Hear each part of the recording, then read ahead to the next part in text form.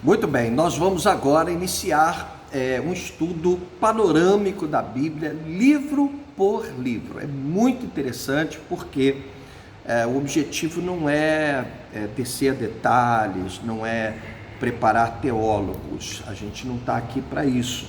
A gente não teria tempo, né? Nós demoraríamos muito se nós buscássemos os detalhes minuciosos de cada livro, de cada revelação.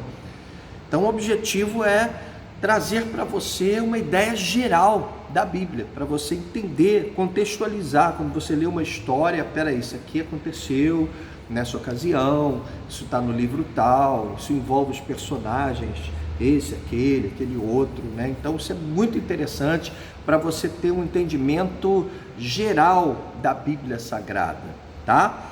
E aí a gente vai começar então agora, a partir do livro de Gênesis, e eu espero que você goste, vai ser muito interessante para a sua edificação. A gente vai aprender um monte de coisas bacanas aqui a partir de agora. Bom, vamos lá. O livro de Gênesis, quem escreveu foi Moisés, tá? A palavra Gênesis vem do grego origem, tá? Por quê? Porque o livro de Gênesis, ele mostra a origem de todas as coisas, o começo de tudo, menos o começo de Deus. Uma observação importante, né? Menos o começo de Deus, porque o livro de Gênesis já começa dizendo que Deus criou os céus e terra. Ele não explica Deus, tá? Deus é eterno, né? O eterno Criador. O livro de Gênesis também é importante porque ele expõe Satanás como inimigo de Deus e enganador do homem. Quer dizer, é um livro que rasga o verbo e diz a verdade. Através do livro de Gênesis, você sabe quem é Satanás, de onde ele veio, quais são os seus propósitos. Você aprende que ele é inimigo de Deus e que ele é o grande enganador do homem. Já começou com Adão lá no Jardim do Éden. Bom, o livro de Gênesis é o livro dos começos, tá? O começo do mundo, o começo da raça humana, o começo do pecado no mundo, o começo da promessa de redenção, o começo da vida familiar, né? O começo da vida familiar, o começo da civilização humana, o começo das nações do mundo e o começo da raça hebraica. O livro todo, ele cobre um período de pelo menos 2000 anos, né? Ou seja, todos os eventos que você encontra no livro de Gênesis, tá? Eles acontecem num período de pelo menos 2000 anos. Os 2 primeiros capítulos falam da criação do mundo e do homem, né? Da raça humana. E dali por diante, nós temos a história da redenção. Deus redimindo, buscando levantar o homem caído, né? Então é disso que trata o livro de Gênesis. E importante também lembrar que no livro de Gênesis nós temos a criação da nação hebraica, quando Deus chama Abraão, né, que sai de Ur dos Caldeus e viaja para Canaã, e ali ele começa a pôr em prática o plano de salvação estabelecido por Deus para buscar e salvar o homem que se havia perdido, né? Plano este que vai se consumar na morte de Jesus ali na cruz do Calvário. Então vamos lá, alguns destaques do livro de Gênesis, tá? Começa com a criação, né, de todas as coisas, a criação do homem e a queda do homem, né? Isso é importante porque mostra a origem de todo sofrimento. Desde que o homem caiu, foi afastado de Deus, foi separado de Deus, então nasceram os espinhos, os cardos, os abrolhos, e o homem conheceu a dor, o sofrimento, a doença, enfim. Outro destaque é a primeira civilização, que a gente chama de civilização antediluviana.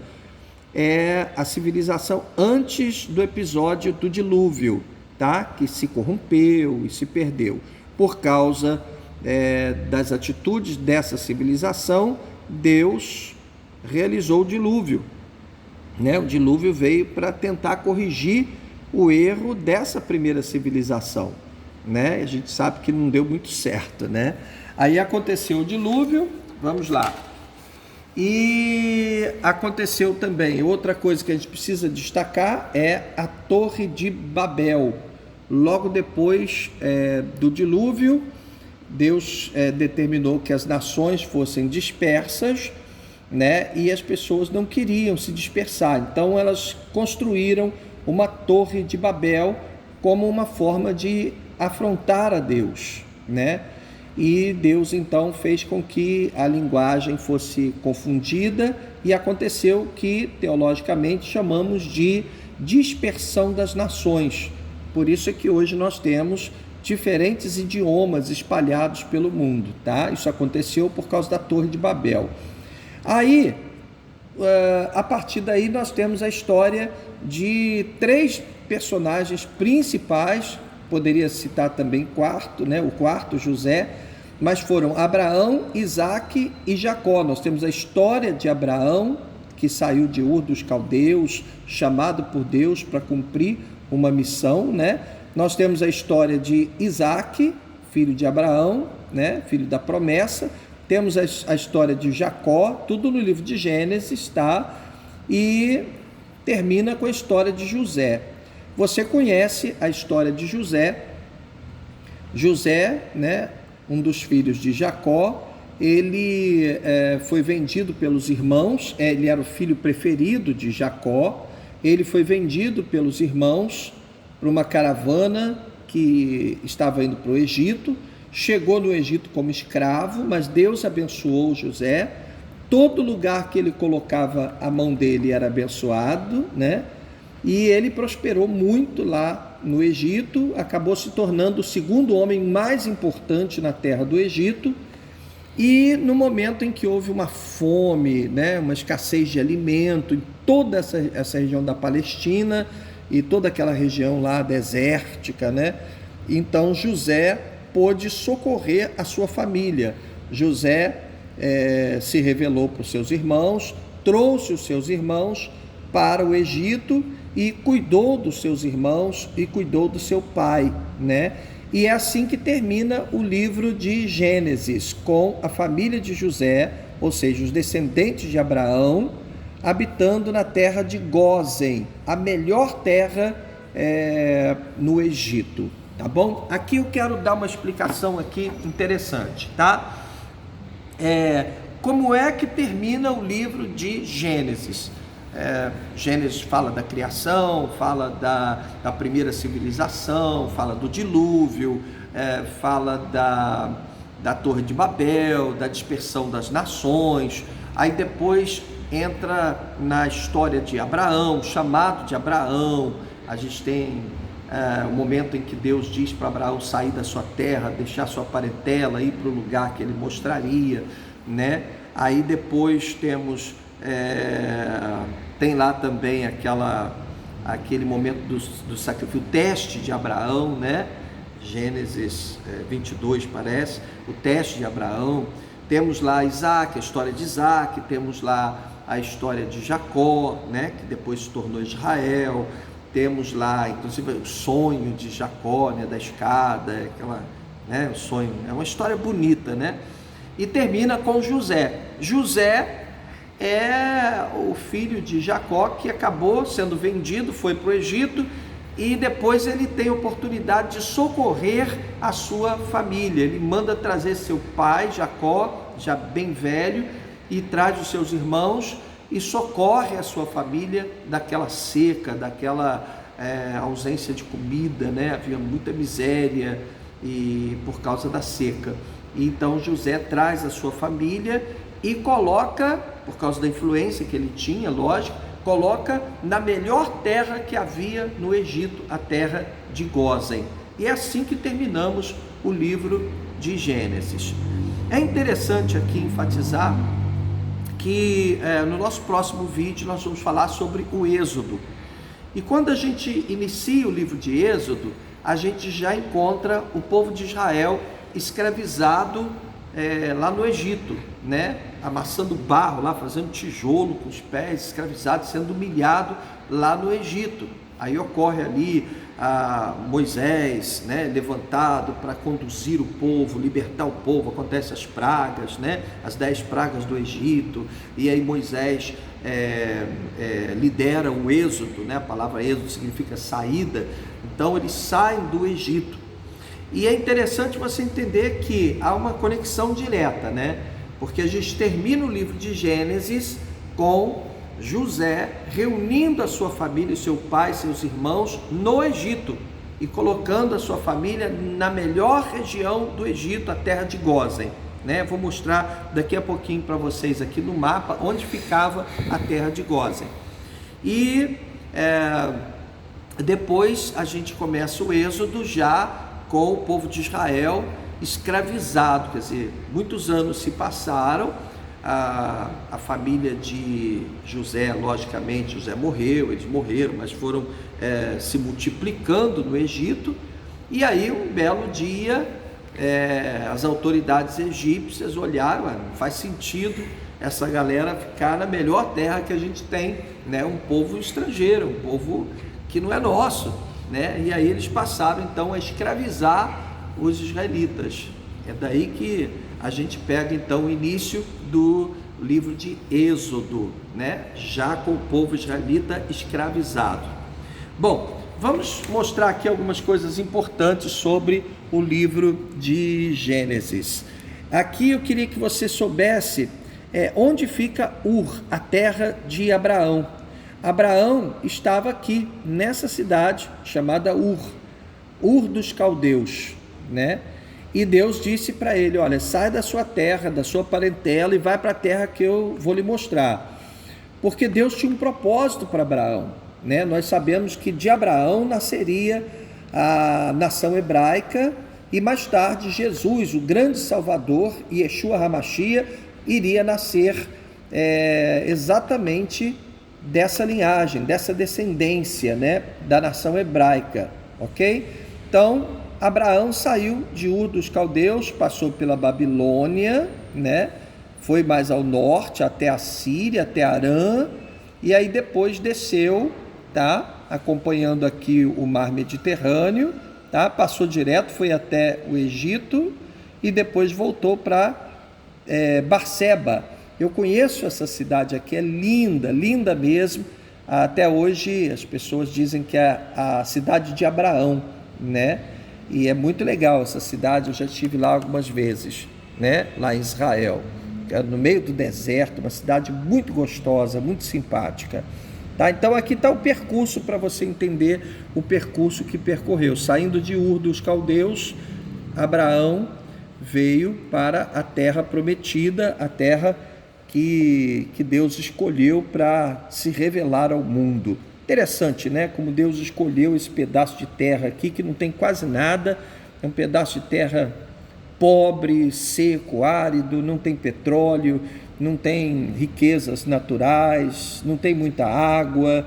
É interessante como Deus escolheu esse lugar. Se você abrir o mapa, é o centro do mundo, tá? E aqui aconteceram, né, grande parte dos eventos que revelam a glória do nosso Deus. Aqui nasceu o Senhor Jesus em Belém, né? Aqui ele foi morto, aqui, enfim, né? A maior parte dos acontecimentos bíblicos ocorre aqui nessa região.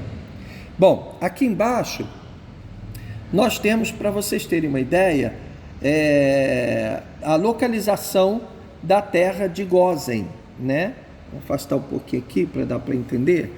Tá? Aqui nós temos o Mar Vermelho, tá vendo? A península do Sinai, nós temos aqui o Monte Sinai, tá? Aqui é o Mar Morto, tá vendo? Olha, aqui é o Mar da Galileia, o Mar Morto, né? Aqui é a terra de Canaã, né? A Palestina. E aqui é o Egito, né? E aqui nós temos a terra de Gósen. Era a terra mais fértil, você vê por aqui pelo mapa, tá vendo? É uma terra verde, aqui é tudo deserto, tá vendo? E aqui uma terra verde, uma terra fértil. Sendo José o cara, né? Podemos dizer assim, ele era o cara, ele que tinha matado a fome de todo mundo dessa região toda por causa da escassez de alimento. Ele pega, logicamente, a família dele e coloca na melhor terra, né? Então é assim que termina o livro de Gênesis, tá? Eu tenho algumas outras coisas que eu gostaria de mostrar para vocês. Antes eu quero dizer o seguinte: todos os vídeos a gente deixa algumas anotações importantes aqui embaixo, material complementar, né? Material para você se aprofundar um pouco mais. Então não deixe de ver o que está escrito aqui nas anotações do vídeo, tá? Vai ser legal, material para enriquecer mais ainda o seu conhecimento. Bom, vamos aqui também agora mostrar uma coisa interessante para você, tá? Já que a gente está em Gênesis, está embaçado, deixa eu ver se melhora aqui a imagem. Pronto, melhorou, né? A lente precisa de um tempinho para desembaçar. Nós temos aqui a linhagem de Adão, né? Adão teve 3 filhos, né? Ele teve Caim, Abel e Sete. Caim foi a linhagem ímpia de Adão, tá? Nós tivemos Caim, depois Enoque, Irade, Meujael, Metusael e Lameque. Depois disso veio o dilúvio, tá? Bom, Abel a gente sabe que não teve geração. Por quê? Por que nós não temos aqui a geração de Abel? Porque Caim matou Abel, né? Você deve saber disso, foi o primeiro crime cometido no mundo. Caim matou Abel. Então nós não temos a geração de Abel. E temos a geração de Sete. A geração de Sete foi a geração justa, é a linhagem justa nascida de Adão. Então nós temos aqui Caim, que é uma linhagem impura, uma linhagem ímpia, desobediente, e temos Sete, que é uma linhagem de pessoas abençoadas, né? E é interessante você acompanhar que desde Adão, tá? Desde Adão, Deus foi seguindo uma linha de bênçãos. A gente vai entender isso mais tarde, a gente vai falar sobre isso, tá? Então a linhagem abençoada de Adão veio através de Sete: Enos, Kená, Malalel, né? Jared, Enoque. A Bíblia diz que Enoque andou com Deus, ele tinha intimidade com Deus.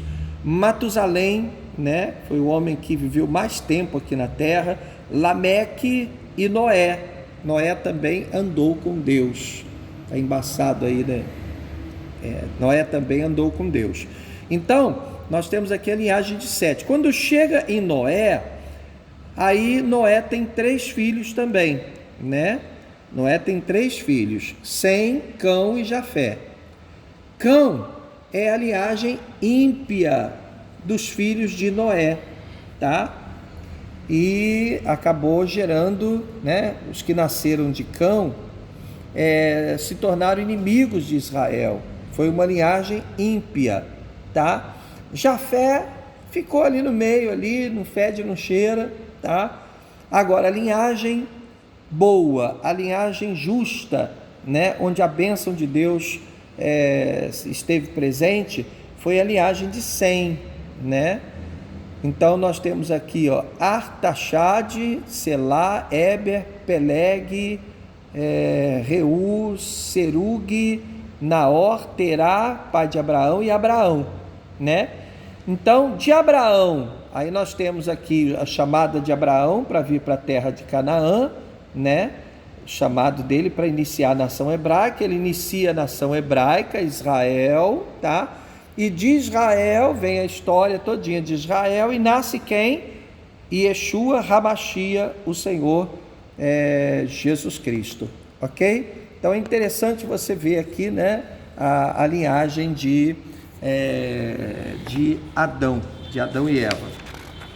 Eu tenho também aqui algumas outras coisas importantes que eu queria compartilhar com vocês, tá? Já que em Gênesis a gente fala sobre Noé e sobre a arca de Noé e tudo mais, a gente sabe que o dilúvio aconteceu, né? Choveram 40 dias, 40 noites e houve um dilúvio. E depois, quando as águas do dilúvio começaram a baixar, a Bíblia diz que a arca de Noé repousou no Monte Ararat. E o Monte Ararat está aqui, ó, na atual Turquia. Aqui está o mapa da Turquia, tá? É um mapa moderno.